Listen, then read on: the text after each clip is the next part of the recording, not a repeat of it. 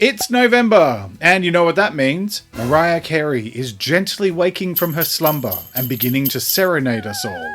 And you can't go into a single store without being reminded of the fact that there are only a few dozen days left to do your shopping for Christmas. Oh, and it's also almost the end of the year, so there's that looming sense of what happened to this year beginning to settle upon the land. But what if you feel a bit meh about the whole holiday season? What if you'd rather curl up into a ball and pretend it isn't happening? Well, you're in luck, because I have tips for looking after your mental health during the holiday season. So, let's talk about better mental health. Hello and welcome. I'm Jeremy Godwin, and I share practical ideas to help you improve your mental health every week here on Better Mental Health and in my podcast, Let's Talk About Mental Health. In this video, I'm talking about mental health and the holiday season, and I'll share 5 ways that you can get through this time of year without feeling like you've been hit by a truck by the end of it. So, it's the most wonderful time of the year. Well, except for when it's not. From Thanksgiving in North America through to Christmas and New Year's, it's almost impossible to avoid it all, regardless of whether you celebrate these occasions or not. You only have to pop into the supermarket these days and you will be bombarded with Christmas carols and decorations, along with more Christmas-related merchandise than you can shake a candy cane at. Actually, most of that stuff has been in the stores since about August, so anyway. The thing is that the holiday season can be joyful or it can be stressful, and all too often it can be a combination of both of those mixed in with a massive sense of obligation and exhaustion as we try to get through everything. Regardless of whether or not you have time off over the coming months, it's a difficult time for a variety of reasons, such as difficult family relationships, the loss of a loved one, being disconnected from family or friends, or not being able to spend time with loved ones, relationship issues, not having the money to do the things that you want. There are so many different hurdles at this time of year that it can be overwhelming and exhausting for many of us. If you're not having a great time at this supposedly joyful time of year, you're not alone. But dealing with the holidays doesn't mean that you need to limp your way to the finish line on New Year's Eve. It is entirely possible to get through the holiday season in one piece with your mental health and well-being firmly intact. It just takes a little bit of work and effort, and that's what I'm covering today. Starting with, set your own pace. You do you, boo-boo, and if that means you want to take it slow or minimize the amount of stuff you commit to at this time of year, then good on you. And don't be pressured by FOMO or worrying about keeping up with what everyone else is doing. Do what feels right to you.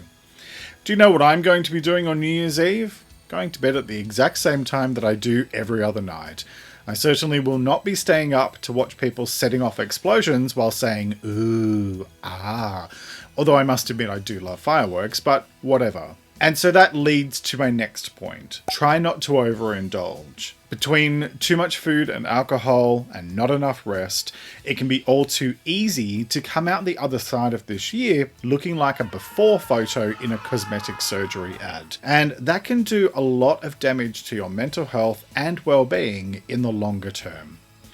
Stick to your regular routine as much as possible, get plenty of rest, and it's fine to treat yourself, but all things in moderation. If you do overindulge, forgive yourself and get back on track as quickly as possible to avoid it spiraling out of control. Okay, next, be wise about your spending. This is about making smart choices, because at this time of year, we are bombarded with advertising and not so subtle marketing to convince us to part with our cash. But why?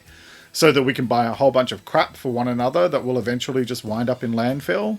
So that we can put ourselves further and further into debt? How does no sound? Don't just buy stuff just for the sake of buying stuff or because it's got a fancy logo on it. I used to spend so much money on clothing and sunglasses and everything, and I wouldn't wear prescription glasses unless they were Prada. Then when I went through my financial problems in the 2010s after having a breakdown, I discovered that it really made no difference whether or not I purchased generic or label. The world didn't stop turning and nobody actually cared. Anybody who is going to criticize you for wearing generic brands isn't worth your time and attention.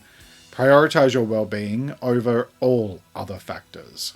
So, next, if you're traveling, plan ahead. Because do you know who else tends to be traveling at this time of year? Practically every other person in the entire world. Bearing that in mind, create a plan and give yourself plenty of time to get to your destination and make things as easy and pleasant as possible for yourself. I'm one of those annoying people who turns up to the airport more than 3 hours early for an international flight. Yes, I'm usually the first in line when the check-in desk opens, and I'm not saying that you have to go to that extreme, but at least allow yourself plenty of time. My philosophy on travel is that I'd rather have to spend an hour or two sitting at a cafe with a book or whatever than running to catch my flight, mainly because I don't run. But because I live with anxiety, that has been a massive part of giving myself time and space to reduce the stress associated with travel. So next, if you need to take a break, take a break. And that means either a small break or even just taking the whole holiday season off. You are under zero obligation to do anything you don't want to. So, if you want to cancel everything and spend the holidays sitting around in your underwear, then you do you. It's okay to prioritize your own needs. Just do so with kindness. In other words, briefly clarify why you've decided to do what it is that you've chosen to do, but without feeling the need to justify yourself, because you don't owe anybody an explanation. It's okay to say no to things. You have the choice to do as much or as little as you would like. And that goes doubly as much for dealing with family over this period of time. You get to choose how much you will or will not participate. Be alone if you want to be. Don't be alone if you don't want to be. Again, it's your choice. And if you happen to have a dysfunctional family, then I'll be sharing some year-round tips on how to deal with that in next week's episode. So subscribe to my channel and turn on notifications so you never miss a new episode. And I have a final thought about surviving the holidays, which is be considerate. Look, everyone deals with the holiday season in their own way. And besides that, not everyone actually celebrates events like Christmas. There are many different spiritual and religious beliefs, and diversity should be respected because every single one of us is a unique individual. Other people's choices are their choices, just like your choices are your own. And so if it's not harming anyone, then you do what you do and let people do what they do. Whatever you choose to do is up to you. Remember, better mental health begins with what you choose to do today.